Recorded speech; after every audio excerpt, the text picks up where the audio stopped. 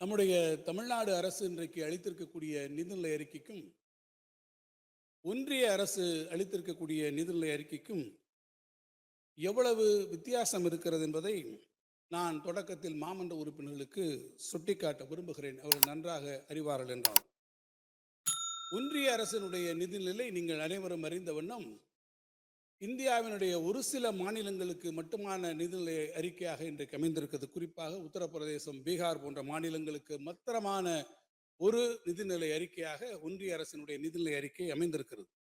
ஆனால் மாண்புமிகு முதலமைச்சருடைய வழிகாட்டுதலின்படி நம்முடைய மாநில அரசு இன்றைக்கு அளித்திருக்கக்கூடிய இந்த நிதிநிலை அறிக்கை என்பது தமிழ்நாட்டினுடைய கடைக்கோடி மக்களுக்கும் நன்மை செய்யக்கூடிய நோக்கில் அமைந்திருக்கக்கூடிய ஒரு நிதிநிலை அறிக்கை மட்டுமல்ல, தேர்தல் காலத்தில் ஒருவேளை எங்களுக்கு ஆதரவாக இல்லாத ஒரு சூழ்நிலையிலே இருந்தாலும் கூட, எப்படி புவியிலே வாழக்கூடிய மக்களுக்கு நிறம் பார்த்து வேறுபாடு இல்லாமல் வான்மழையானது அத்தனை பேருக்கும் சமமாக பொழிகிறதோ, அதே போல முதலமைச்சர் அவர்கள் சமன் செய்து சீர்தூக்கும் துலாக்கோல் போல் அனைத்து பகுதியிலும் சமமாக பாவித்து தமிழ்நாட்டினுடைய எல்லா பகுதிகளுக்கும் தேவையான உரிய வளர்ச்சி திட்டங்களை அறிவிக்க எங்களுக்கு வழிகாட்டியாக இருந்திருக்கிறார் என்பதை நான் நெஞ்சுயர்த்தி பெருமையாக இந்த மாமன்றத்திலே நான் தெரிவிப்பேன்.